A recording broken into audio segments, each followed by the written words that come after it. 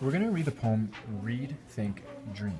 All right, and since we're starting to write about poetry, we're gonna read lots of poetry. And what our goal today is, we're gonna look at some of the things that we noticed in the poems we read yesterday, and then we're gonna see what we found in this poem. So, can you remember what were some of the things that we saw yesterday in some poems? What were some characteristics that the poems had? Yeah, bud. Uh, Golden flippers and Do you remember what that was? So they were giving something that wasn't real to make it real. to make it sound like a human. Okay, what else was there? Yeah. That the sun ran away.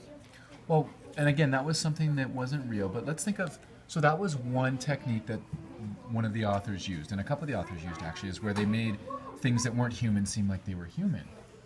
All right, now do you remember what some of the other ones were? We brainstormed, and remember we've got the anchor chart we can look at. So we look at up there, what are some of the other things we saw?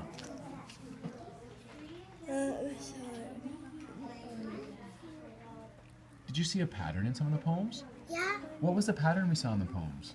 Do you remember what? Aiden Bogaden, that every about and hey, I Oh, so you saw repetition of words. So you saw the same words, some of the same words get repeated again. Johnson.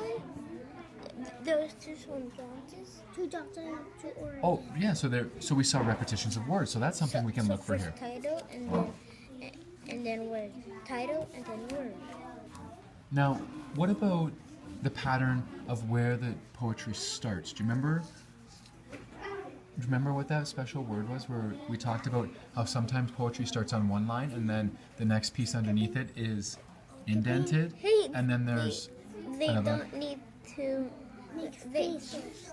They don't need to make spaces if they're going over here. Yeah, there can be use of space all over the place. Then, what about punctuation? People notice things with punctuation. Do you remember? You noticed one thing yesterday about the punctuation. Do you remember what it was? It was in Aiden Bobaden and it was in Orange Johnson. Yeah, the dashes. So let's read this. And we're going to read right up to the comma. We're going to see the different things that we've seen in poems so far that we can find in this. All right? So you're going to start here and you're going to stop at time. All right, buddy? And then you're going to start at sail and stop at me. All right? And then you're going to start at ride and stop at brook. And then together we'll read the last part, okay? So you ready? Book me a passage to history, back to some once on a time. Show me into a told tale.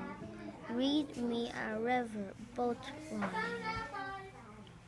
Ride me the waves of a story, settle me down by a brook dream. Okay, so let's all read the last part together.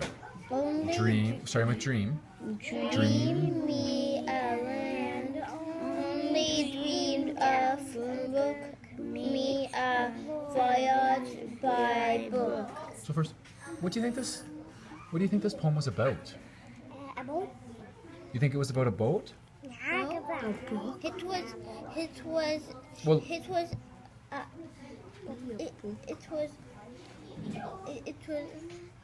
it could be book. They wanted to go to Bookland. Well, let's take a closer look at the picture of the boat and what actually is the boat? Oh, Yeah. a book. So what do you think this poem is talking about? Book. What about books? Book. What happens with books when we read them? They turn the page. Well, we turn the page, but remember what we were talking about in our writing? What was one of the things we were trying to do? If the reader was listening, or someone was listening to our writing, and we closed our eyes, what were we doing? What were we trying to do? I can really see it. You were trying to paint a mental movie, right? And look at the book here, where it says, "Sail me into a tall told tale." So it wants to tell you it's like going on a journey in a book. Well, in a book, and a tale is another word for story. Oh yeah. In a tall. Yeah, read me a riverboat rhyme. So again, maybe reading a poem with some rhyming. Ride me the waves of a story. Are we gonna read that one? So we're not going to read this one today.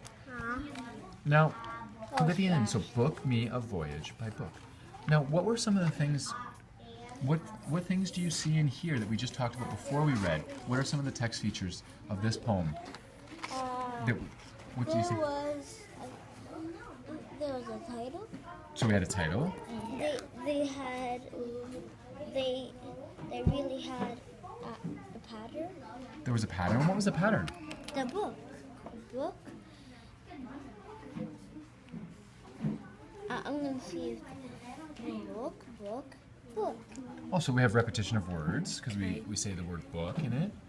But you said something about pattern. What if we looked at the spacing? Do you see a pattern for how it goes? Look it. It goes. What kind of pattern is this then? Remember?